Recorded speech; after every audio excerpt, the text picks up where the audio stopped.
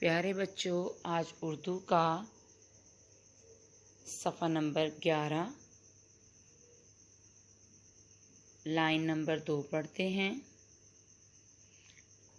हरूफ तहज्जी का हरफ लाम। लाम से बनने वाले अल्फाज तस्वीर के साथ। लाम लस्सी, लाम लीमू, लाम लोटा, लाम लट्टू,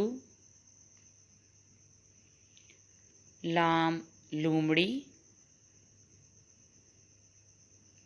लाम से लूमड़ी, लाम लट्टू, लाम लिफाफा। लाम की छोटी शक्ल लूमड़ी, लट्टू और लिफाफा में मौजूद है।